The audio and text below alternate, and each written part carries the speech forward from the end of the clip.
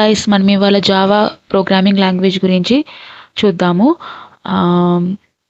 Without any late let's go to the topic.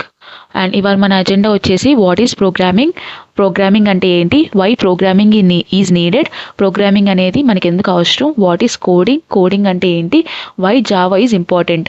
అంటే మనం ఇన్ని లాంగ్వేజెస్ ఉండగా కూడా మన జావాని ఎందుకు చూస్ చేసుకున్నాము, అండ్ జావా యొక్క హిస్టరీ గురించి కూడా మనం తెలుసుకుందాము. వాట్ ఈస్ ప్రోగ్రామింగ్ అంటే ఏంటి? First of all, programming is nothing but giving instructions to the computer to perform it's task. Programming అనేది ఏంటంటే, ఇప్పుడు ఒక టాస్క్ని కంప్యూటర్ పర్ఫామ్ చేయాలంటే దానికి మనం ఇన్స్ట్రక్షన్స్ ఇవ్వాలి, ఇలా చేయాలి అలా చేయాలని చెప్పేసి, దాన్నే ప్రోగ్రామింగ్ అని అంటాము. అంటే ఇప్పుడు మనం ఏదైనా వర్క్ ఉంది, మనకి ఏదైనా వర్క్ గురించి దాని గురించి మనకి తెలిస్తేనే కదా మనం ఆ వర్క్ చేయగలం. అలాగే కంప్యూటర్కి ఏమీ తెలియదు అనమాట. దానికి బ్రెయిన్ అనేది లేదు, మనలాగా హ్యూమన్ బ్రెయిన్ లేదు, మనలాగా అది ఆలోచించలేదు. సో దానికి మన హ్యూమన్ బ్రెయిన్ని యూజ్ చేసి మనం కొన్ని ఇన్స్ట్రక్షన్స్ ఇస్తే దాన్ని బేస్ చేసుకుని అది ఒక వర్క్ని ఆ టాస్క్ని కంప్లీట్ చేసేది అనమాట. దాన్నే మనం ప్రోగ్రామింగ్ అని అంటాము. అండ్ నెక్స్ట్ వచ్చి why programming is needed. Programming అనేది మనకి ఎందుకు అవసరం? Programming is like backbone for this modern world to connect with devices like computer, mobile and other devices. ఏంటంటే ప్రోగ్రామింగ్ అనేది ఒక బ్యాక్ బోన్ లాగే మోడర్న్ వరల్డ్లో.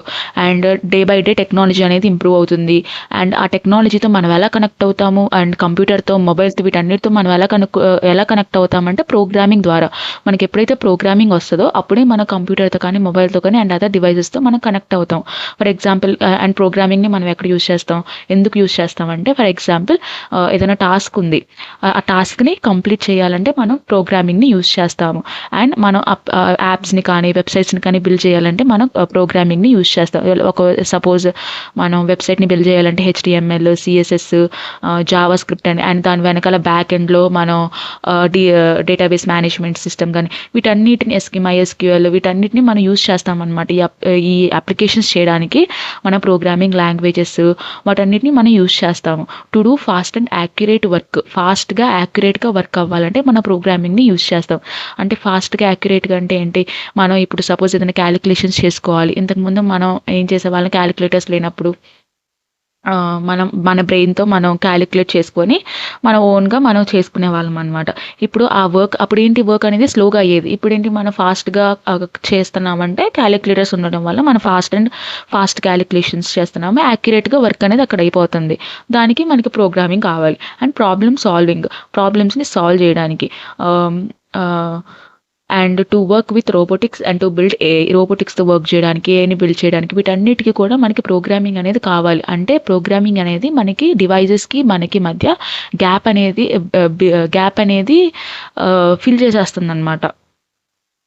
సో మనం ప్రోగ్రామింగ్ అనేది మన లైఫ్లో చాలా పెద్ద రోల్ని ప్లే చేసిద్ది.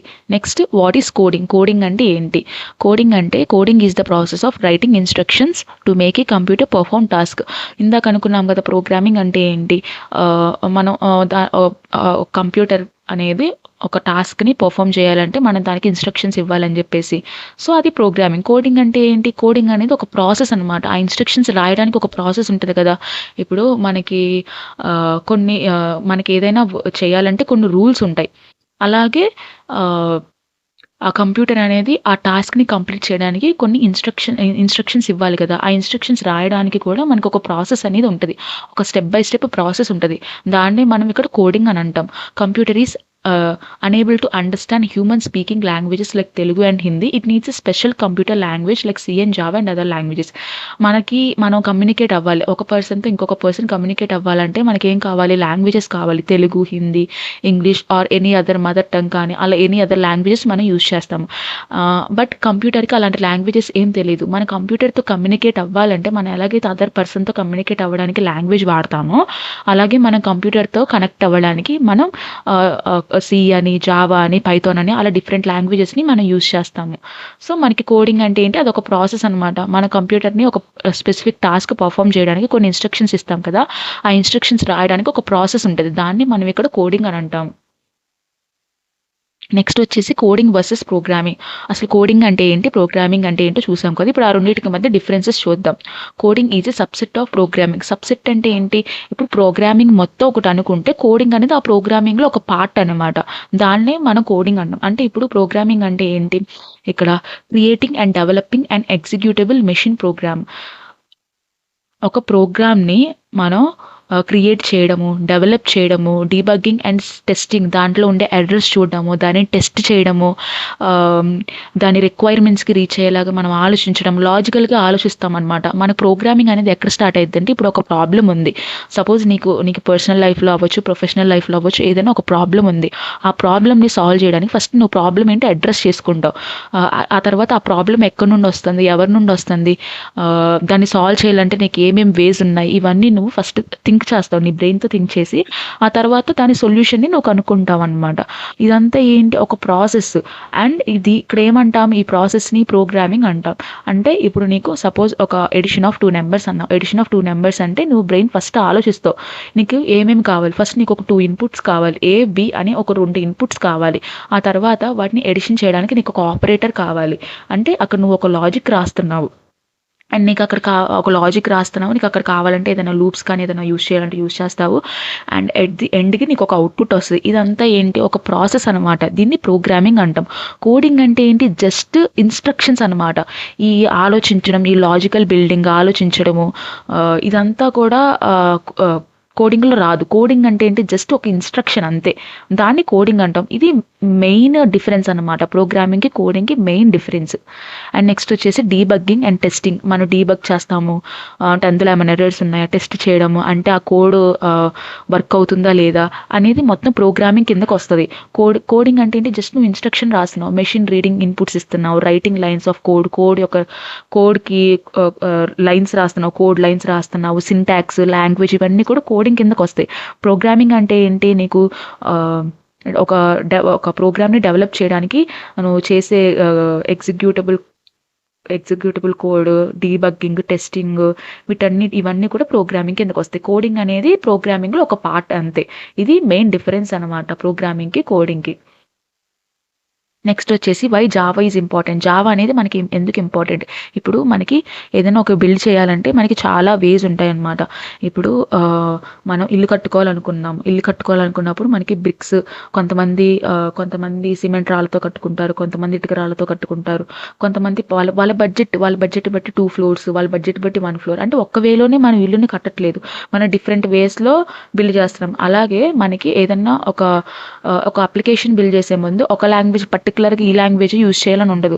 మన రిక్వైర్మెంట్కి తగ్గట్టు మనం లాంగ్వేజెస్ని ఫ్లిప్ చేసుకుంటూ ఉంటాము, దానికి తగ్గట్టు మన లాంగ్వేజెస్ అనేవి చేస్తాము. ఎందుకు జావా అనేది మనకి ఎందుకు ఇంపార్టెంట్ అంటే, మిగతా లాంగ్వేజెస్తో కంపేర్ చేసుకుంటే మనకి జావాలో చాలా యూస్ఫుల్ ఫీచర్స్ ఉన్నాయన్నమాట. జావా అనేది ఒక సింపుల్ లాంగ్వేజ్ అనమాట. అంటే దాని సింటాక్స్ అనేది C++ అట్లా వాటన్నిటిలో లాగా అంత కష్టంగా ఉండవు. అంటే సి అని కాదు, అండ్ అదర్ లాంగ్వేజెస్తో కంపేర్ చేసుకుంటే ఇది కొంచెం సింపుల్గా ఉంటుంది. అండ్ ప్లాట్ఫామ్ ఇండిపెండెంట్ అనమాట. అంటే జావా అనేది ఇప్పుడు సి ఉంది, సి మనం కంపైల్ చేయాలంటే ఓన్లీ ఏ సిస్టంలో, మీరు ఏదైతే హార్డ్వేర్ సిస్టంలో మీరు వర్క్ చేస్తున్నారో ఆ సిస్టంలో మాత్రమే దాని కంపైలర్ అండ్ దాని కోడ్ అనేది రన్ అయింది. బట్ జావా అలా కాదు, ఎనీవేర్ ఎక్కడైనా జావా అనేది రన్ అయింది. అందుకే దాన్ని ప్లాట్ఫామ్ ఇండిపెండెంట్ అంటాం. జావాలో ఒక స్లోగన్ ఉంటుంది ఏంటంటే రైట్ వన్స్ రన్ ఎనీవే, అంటే కరెక్ట్ అయిన కోడ్ ఎక్కడైనా రన్ అవుతుంది అనమాట. సో జావాలో మెయిన్ ఫీచర్ ఏంటంటే ప్లాట్ఫామ్ ఇండిపెండెంట్, ఇది second feature. Next main language for Android app development. మన ఆండ్రాయిడ్ యాప్స్ డెవలప్ చేయడానికి మనం మెయిన్గా యూజ్ చేసేది ఏంటంటే జావా. హై సెక్యూరిటీ అనమాట, జావాలో హై సెక్యూరిటీ ఉంటుంది. అండ్ ఇది ఒక ఊప్స్ లాంగ్వేజ్ అంటే ఏంటి, ఆబ్జెక్ట్ ఓరియంటెడ్ ప్రోగ్రామింగ్ లాంగ్వేజ్. అంటే మన క్లాసెస్ అండ్ ఆబ్జెక్ట్స్ని యూజ్ చేసుకొని జావాలో కోడ్ అనేది రాస్తాము. సో అందుకే దీన్ని ఊప్స్ లాంగ్వేజ్ అని అంటాం. అండ్ నెక్స్ట్ వచ్చేసి రాబస్ట్ అంటే ఏంటంటే, ఇక్కడ మనకి జావా అనేది ఆటోమేటిక్ గార్బేజ్ కలెక్షన్ అనేది చేసుకుంటుంది అనమాట. సో అందుకే దీన్ని రాబస్ట్ అంటాం. నెక్స్ట్ మల్టీ థ్రెడ్డింగ్ అంటే ఇక్కడ జావా అనేది మీరు జావా యూజ్ చేయడం వల్ల ఇప్పుడు ఫర్ సపోజ్ మనం ల్యాప్టాప్లో డెస్క్టాప్ తీసుకుందాము. డెస్క్టాప్లో మీరు ఒక వర్క్ లైక్ మ్యూజిక్ ప్లే అవుతుంది, ఒక పక్క మ్యూజిక్ ప్లే అవ్వకుండా మీరు ఇంకొక పక్క గేమ్స్ ఆడుతున్నారు.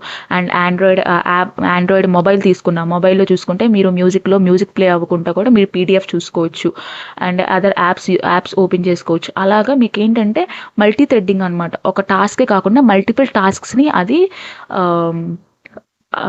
టాస్క్స్ని పర్ఫామ్ చేసిద్ది. సో జావా అనేది మల్టీ థ్రెడ్డింగ్ని కూడా అదొక ఫీచర్ అనేది ఉంటుంది అనమాట. నెక్స్ట్ వచ్చేసి హై పర్ఫార్మెన్స్. జావా అనేది హై పర్ఫార్మెన్స్ అనమాట.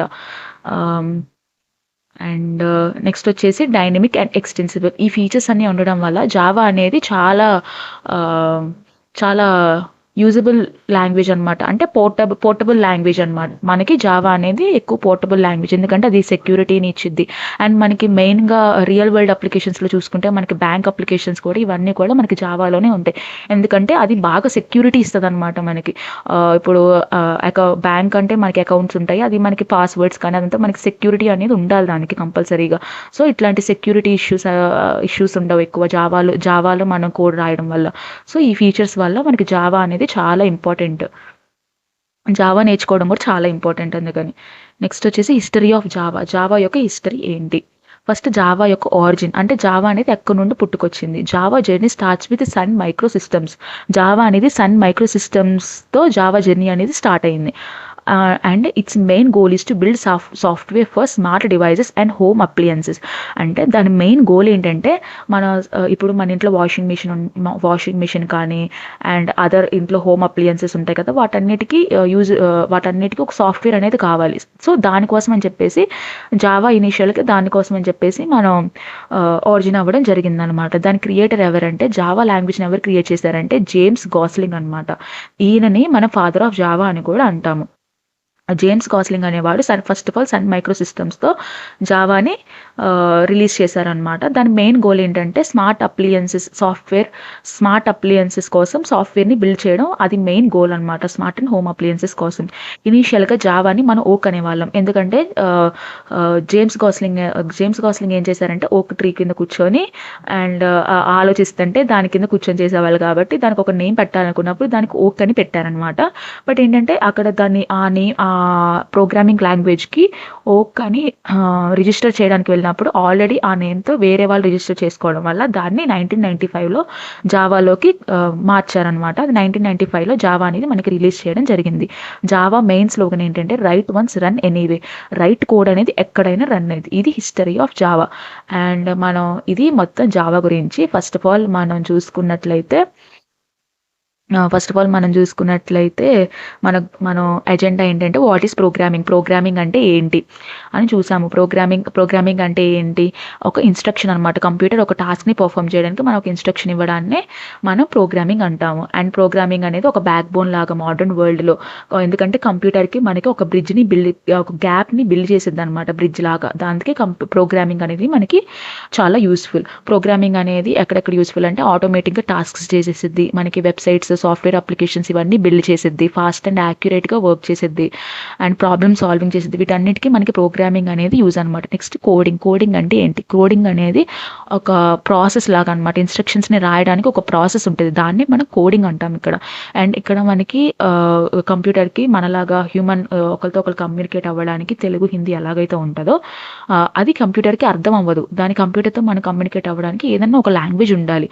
So like C, Java, Python అలా అదర్ లాంగ్వేజెస్ మనం యూజ్ చేస్తాం ఇక్కడ.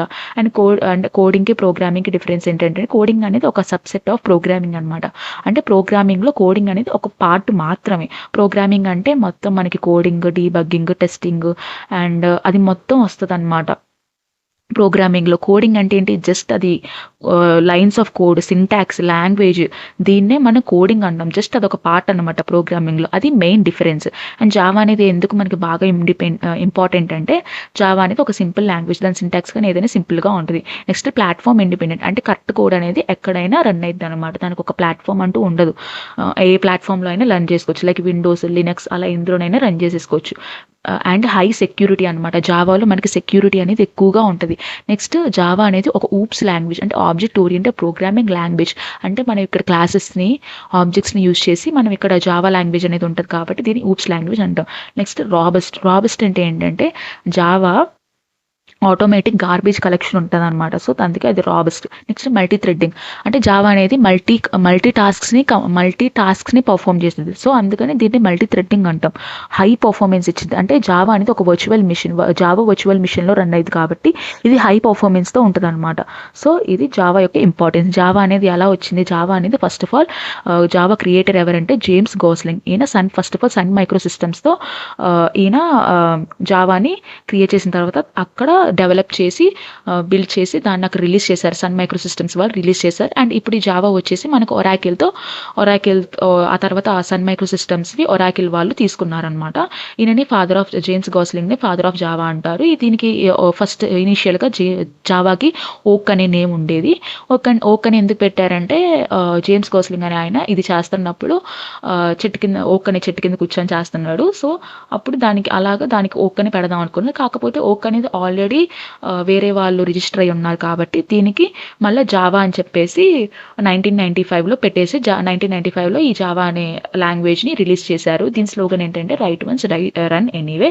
ఇది మొత్తం జావా హిస్టరీ. ఇదంతా మనకి ఒక్కసారి రివిజన్ అయిపోయింది. అండ్ నెక్స్ట్ వీడియోస్లో మనం జావా వర్చువల్ మిషన్ అంటే ఏంటి, జావా జేడీకే అంటే ఏంటి, జావా డెవలప్మెంట్ కిట్ అంటే ఏంటి, అవన్నీ చూద్దాము. అండ్ జావాని ఆ సాఫ్ట్వేర్ ఎలా డౌన్లోడ్ చేసుకోవాలి అండ్ ఎలా ఇన్స్టాల్ చేయాలి అండ్ అవన్నీ కూడా నెక్స్ట్ వీడియోలో మనం చూద్దాము. I hope you enjoy this a lot. అండ్ మీకు అందరికీ ఇది బాగా అర్థమైందని అనుకుంటున్నాను. And thank you.